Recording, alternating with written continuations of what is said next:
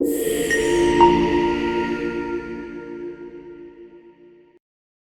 see question number 11. Choose the correct option for statement P, Q and R in relevance to grass. P. Flowers possess attractive color and fragrance.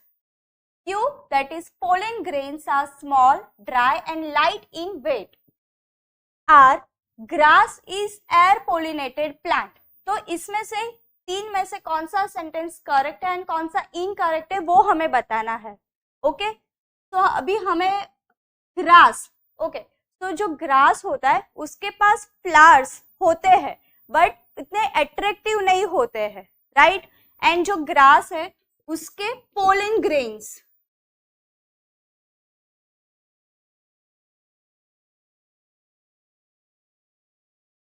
Grass के जो pollen grains है वो कैसे होंगे? Non sticky.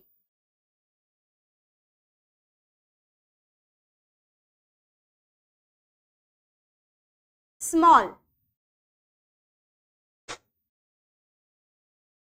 Light, light in weight. Okay, तो अभी अगर sticky होते तो उसका पोलिनेशन किससे होगा? इंसेक्ट से, एंटोमोफिली, राइट. बट यहाँ पे उसके पोलन ग्रेन्स उतने स्टिकी भी नहीं है, स्मॉल भी है और लाइट इन वेट भी है. तो क्या हो सकता है? विंड पोलिनेशन, राइट, कि वो एयर के फ्लो से इजीली पोलिनेट कर सकता है, राइट. सो यहाँ पे देखे अपना जो पी स्टेटमेंट है, flower possess attractive colour and fragrance, which is wrong. Flower के पास उतना अट्रैक्टिव कलर्स नहीं होता है, अगर होता तो भी इंसेक्ट से पोलिनेशन कर सकते हैं. क्यों? Pollen grains are small, dry and light in weight. देखो यहाँ पे ड्राई,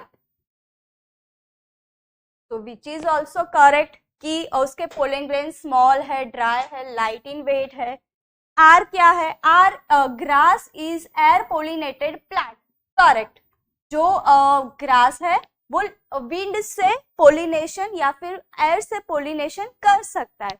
तो अपना ऑप्शन है P wrong, P is false. C, P is false and Q is true. R is correct explanation of Q. मतलब ये एयर पोलिनेटेड है तो उसका एक्सप्लेनेशन क्या है कि एयर पोलिनेटेड क्यों है? क्योंकि उसके पोलन ग्रेन स्मॉल है, ड्राई है एंड लाइट है. तो अपना आंसर आ जाएगा P. Let's see question number 12. Name the plant shows polyembryonic condition. A. Citrus and mango. B. Sunflower and mango. C. Lemon and maize. And D है lemon and palm. तो यहाँ पे एक टर्म है polyembryonic. C. polyembryonic. अगर पोली ये term को अगर हम सेपरेट करते हैं, ओके, तो पोली क्या हो जाएगा? More than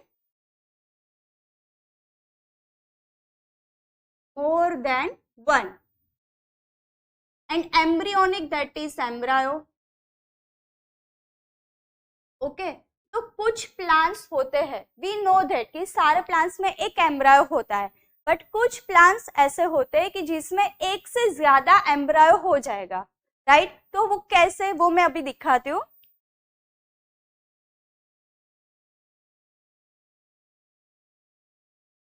this is ovule.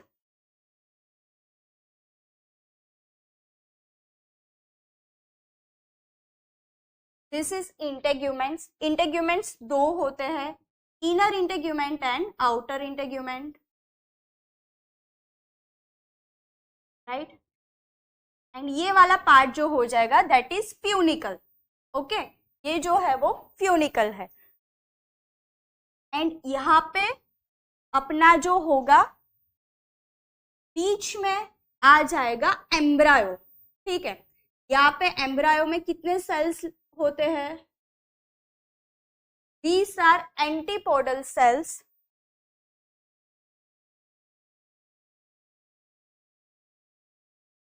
यहाँ पे बीच में दो सेल्स होंगे, राइट. एंड यहाँ पे एग सेल हो जाएगा, दिस इज सिनर्जी। अभी जब फर्टिलाइजेशन की प्रोसेस होगी तो ये जो 3 सेल्स है वो डीजनरेट हो जाएंगे, एंटीपोडल सेल्स डीजनरेट हो जाएगा, ये सिनर्जिड सेल्स भी डीजनरेट हो जाएगा, बचेगा क्या, ये एग सेल। ओके, अभी back to topic, poly embryo कैसे फॉर्म होता है। तो ये जो पार्ट है दिस इज न्यूसेलस, क्या है, न्यूसेलस है।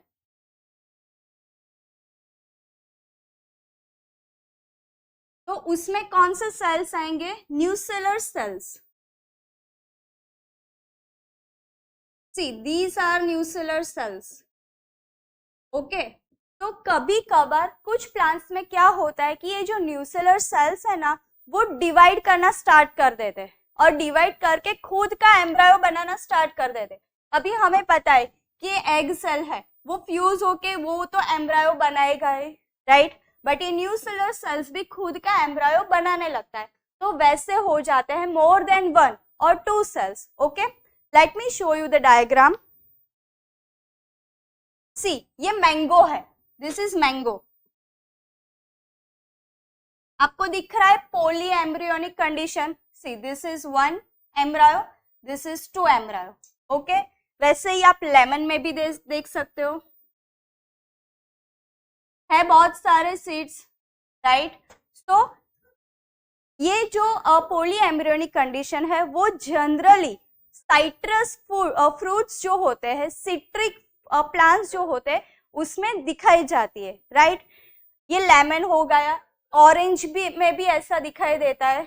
ओके, तो अपना आंसर आ जाएगा A, that is citrus and mango. Let's see next question. How many nuclei take part in double fertilization of flowering plant. Double fertilization, double fertilization मतलब जो pollen है वो पोलेन ट्यूब में से 2 पोलेन ग्रेन्स आके जो एग सेल है उसके साथ फ्यूज होता है। ओके, सो ऑप्शंस है 5, 2, 4 या 8। उसके लिए हम एक डायग्राम देखेंगे। ओके, तो अभी हमें पता है कि ये पूरा क्या है, कार्पेल है, दिस इज स्टिग्मा, राइट। ये जो पूरा हो जाएगा वो ओवरी, ओव्यूल, एम्ब्रायोसेक। ओके, अभी हमें क्या देखना है कि डबल फर्टिलाइजेशन होता है, मतलब ये पोलेन आया, पोलेन ग्रेन, तो ये क्या फॉर्म कर रहा है, 2 पोलेन ग्रेन्स आ रहे हैं। ओके, और फिर वो यहाँ पे आके अटैच कनेक्ट हो रहे हैं एग सेल के साथ। ओके, अभी हमें देखना है कि कितने न्यूक्लियाई है, तो उसके लिए 2 टाइप की प्रोसेस होती है।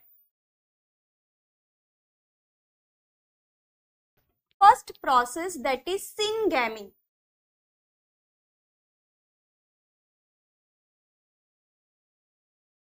एंड दूसरी प्रोसेस होगी that is triple fusion.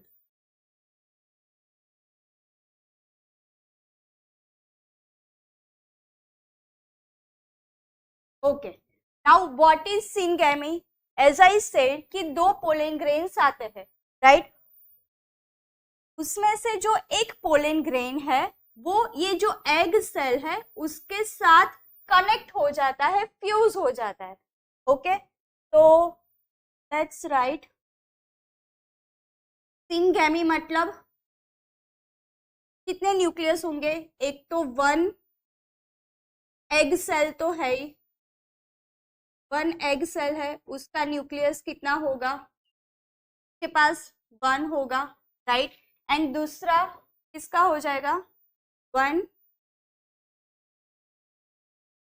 Male gamete. Okay, और मेल और पोलेन ग्रेन, यहाँ पे हम मेल गैमेट लिख रहे हैं, उसका हो जाएगा 1। तो यहाँ पे कितने सिनगैमी मतलब 2 न्यूक्लियाई हो जाएंगे। Now coming to triple fusion. Triple fusion क्या है, जो दूसरा एक पोलेन ग्रेन आ रहा है वो यहाँ पे ये जो सेंटर है यहाँ पे आपको कितने न्यूक्लियस दिख रहा है, कितने न्यूक्लियाई दिख रहा है, 1 and 2। ओके, तो दो nuclear two nuclei of polar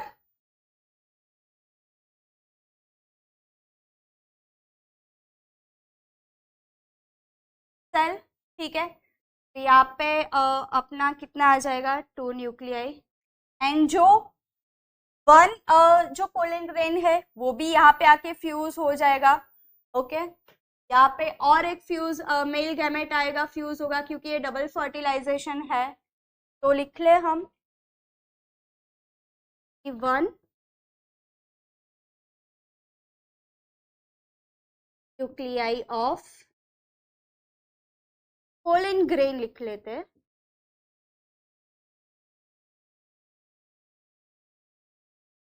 यहाँ पे 1 भी लिख रहा है, तो कितने आ जाएंगे, 3। ओके, तो कितने हो रहे हैं, 3 + 2 दैट इज 5। 5 है कि नहीं अपने ऑप्शन में देख ले, सी, ठीक है। तो A5 is the correct answer. Let's see next question.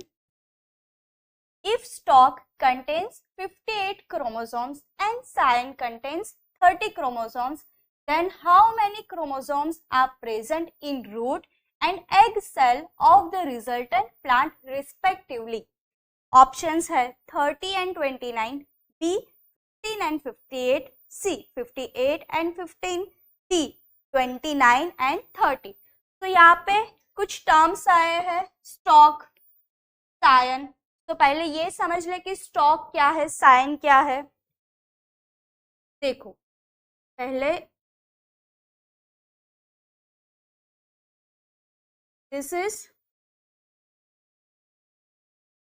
Stem which contains root, stem of the one plant. Okay, यहाँ पे आपको ग्राफ्टिंग की प्रोसेस करनी है। पता है आपको ग्राफ्टिंग क्या है, कि एक प्लांट का स्टॉक लेना है। स्टॉक क्या हो जाएगा कि स्टेम कंटेनिंग रूट, एंड दूसरा जो प्लांट है उसका साइन लेना है। साइन क्या है कि जो शूट पार्ट है वो। ओके, तो यहाँ पे हम एक प्लांट का स्टॉक ले रहे हैं, दिस इज स्टॉक। यहाँ पे हम दूसरे प्लांट का क्या ले रहे हैं, साइन। ओके, नाउ क्या है कि 30 chromosomes. Okay, stock contains 58 chromosomes. पहले यहाँ पे लिख ले, दिस इज सायन। अभी स्टॉक के क्रोमोसोम्स हमें दे दिए हैं, which is 58। Okay, and scion contains 30 chromosomes. Scion के क्रोमोसोम्स भी दे दिए हैं, which is 30। Then how many chromosomes are present in root? तो रूट में कितने क्रोमोसोम्स है वो लिखना है हमें।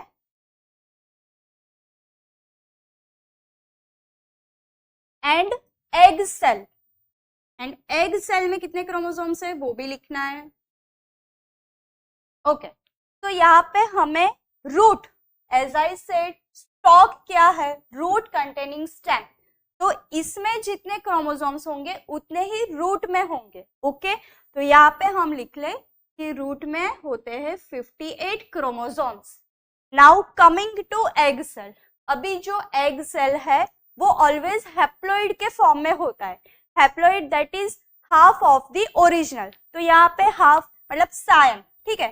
तो सायन 30 है, उसका हाफ कर लो तो कितना आएगा, 15 आएगा। तो 58 and 15 है यहाँ पे, यस है।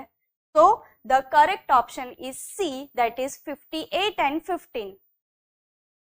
Let's see the next question. Why sometimes even diploid offspring is produced through parthenogenesis? Okay, तो यहाँ पे हमें समझना पड़ेगा कि what is parthenogenesis। पार्थेनोजेनेसिस क्या है कि जिसमें जो गैमेट्स है वो फीमेल गैमेट्स में से, जो एम्ब्रायो है वो फीमेल गैमेट्स में से फॉर्म हो रहा है, but without fertilization, right. Fertilization नहीं होता है, फ्यूजन नहीं होता है, बट वो फॉर्म हो रहे हैं। ये एक टाइप की एसेक्सुअल रिप्रोडक्शन की प्रोसेस है। ओके, तो यहाँ पे हमारे ऑप्शन में थ्रू फर्टिलाइजेशन का ऑप्शन निकाल देते हैं। यहाँ पे थ्रू फर्टिलाइजेशन है, ये ऑप्शन कैंसिल हो जाएगा। यहाँ पर भी थ्रू फर्टिलाइजेशन है तो ये भी कैंसिल हो जाएगा। हमारे पास ए एंड सी, यहाँ पे क्या है, विदाउट फर्टिलाइजेशन है, correct, of haploid egg cell या डिप्लॉइड, मतलब हैप्लॉइड एग सेल और डिप्लॉइड एग सेल। तो यहाँ पे प्रोड्यूस क्या हो रहा है, diploid egg cell. Okay, now एक टर्म मैं आपको बता रही हूँ, that is endo replication.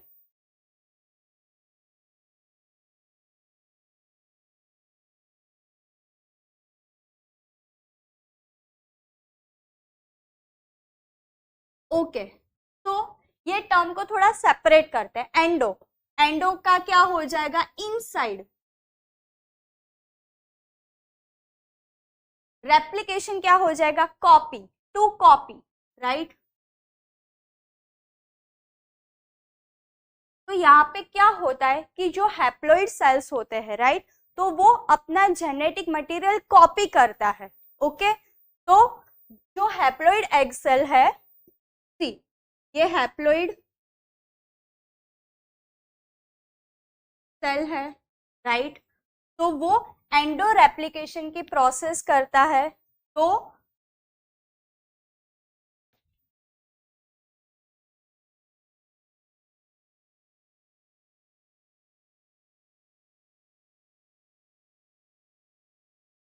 let me draw this diagram.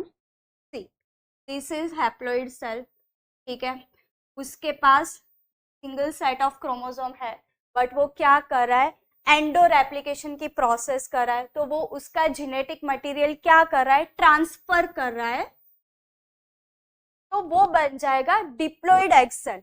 Okay, तो यहाँ पे जो न्यू फॉर्म होगा, जो डिप्लॉइड ऑफस्प्रिंग, अभी वो प्रोसेस करेगा तो क्या हो जाएगा कि हैप्लॉइड जेनेटिक मटेरियल है वो डिप्लॉइड में कन्वर्ट हो जाएगा।